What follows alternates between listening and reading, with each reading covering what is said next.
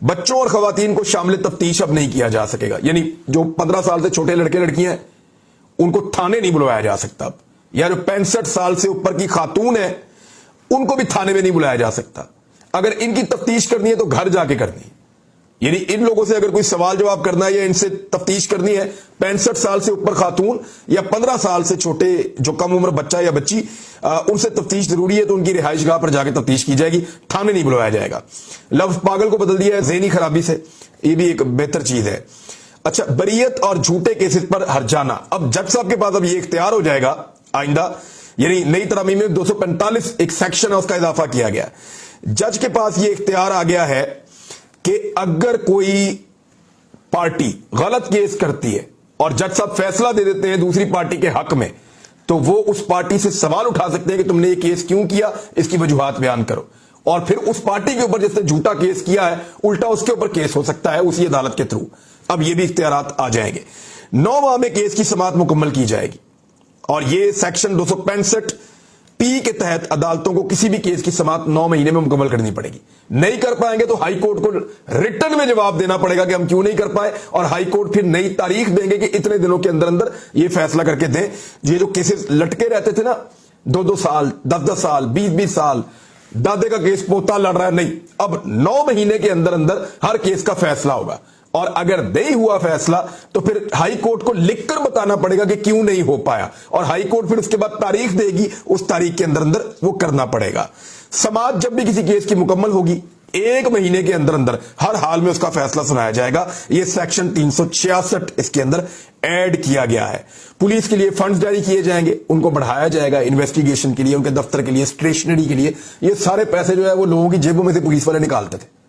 اور وہ بھی کیا کرے، اپنی جیب سے تو نہیں ڈال سکتے تھے،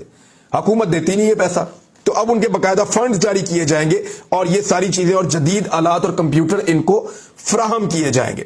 خاتون کا پیچھا کرنے پر سزا، یہ دفعہ 354B کا اضافہ کیا گیا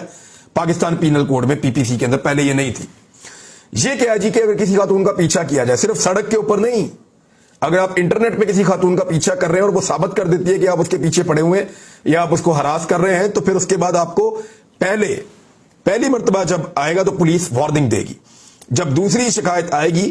تو پولیس 3 مہینے اور 1 لاکھ روپے تک جرمانہ دے سکتی ہے، اور اگر تیسری بار ایسا کیا گیا یا بار بار ایسا کیا گیا تو 1 سال کی قید اور 5 لاکھ روپے جرمانہ ہو سکتا ہے۔ اب یہ صرف پیدل اور کسی عورت یا لڑکی کے پیچھے جانے پہ نہیں ہوگا، یہ انٹرنیٹ کے اوپر بھی جو دبے پاؤں لوگ پیچھے پیچھے جاتے ہیں، ہراس کرتے ہیں، یہ ان کے خلاف بھی یہ معاملہ چلے گا۔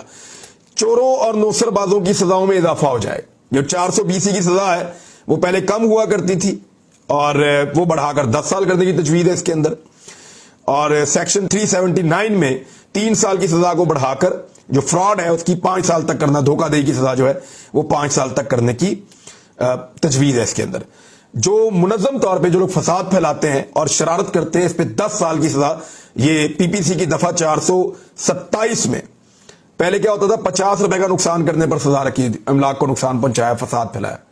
تو 50 روپے جو ہے وہ اب اتنی پرانی یہ بات ہے کہ جب 50 روپے بہت بڑے ہوتے تھے تو اب جو ہے وہ اس کو تبدیل کر دیا گیا ہے، اور وہ بڑھا کے اس کی رقم بھی زیادہ کر دی گئی ہے، رقم بڑھا کے 1000 کر دی گئی ہے، اور پھر اسلحہ اور آگ لگانے پہ سیکشن 435 فساد کرنے والے کو کم از کم 2 سال کی سزا ہو جائے گی۔ خواتین پر مظالم جو ہیں ان کے خلاف بڑا سخت اس کے اندر ایکشن ہے، اور بہت ساری چیزیں آپ کو ڈیٹیل میں بتاؤں گا میں پھر کبھی، لیکن یہ قانون بدلنے سے لوگوں کو جلدی انصاف ملنا شروع ہوگا اور بہتر انصاف ملنا شروع ہوگا۔ 70 سال میں کسی نے اس پہ توجہ نہیں دی۔ اب تک کے لیے اتنا ہی، اپنا خیال رکھیے گا، اپنے اس چینل کا بھی۔ اللہ حافظ۔